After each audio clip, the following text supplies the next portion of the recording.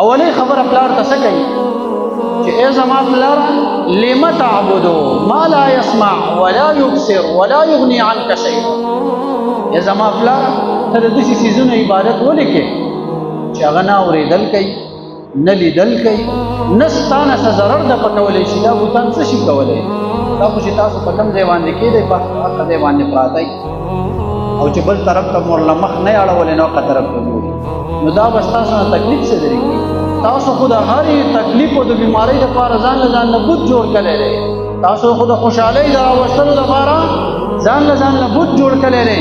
زما پلاره یا ابتی لا تعبد الشیطان ان الشیطان کان للرحمن عصیا.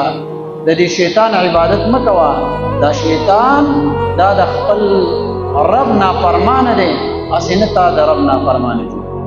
نو د خپل پلار سره مکالمه کوي، خپل پلار ته خبرې اترې کوي. دا یو امتحان دی که نه؟ خدای مه کړه چا پلار بېدینه وي او خاندان یې بېدینه وي او ټول کلی علاقه بېدینه وي او دا پکې مسلمانی، دا پکې صرف او صرف الله مني او ور طرف ته شرک وي. دا په څونه لوی امتحان کې دی. یریږي، عبادت نشي کولی، خلک ورسره لین دین تعلقات نه ساتي. پلار یې ورته څه وایي؟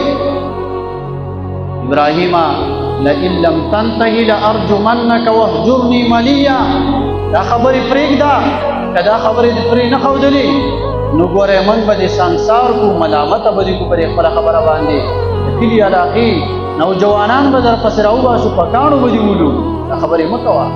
موږ د خپل انا وجدنا آباءنا لها عابدین، دا خو زمونږ پلارانو او زمونږ نیکونو د دوی عبادت کړی دی.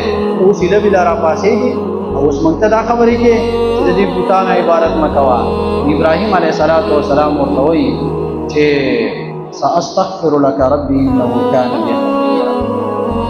بس زه به درنه د خپل رب دپاره استغفار او بخښنه غواړم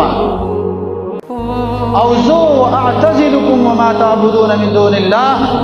زه جدایي کوم او د ستاسو نه جدا کېږم او د هغه بوتانو نه جدا کېږم د کومو بوتانو چې تاسو د الله نه علاوه عبادت کوئ. نه د هغې عبادت کوم او نه زه ستاسو ملګرتیا پرې خبره کوم.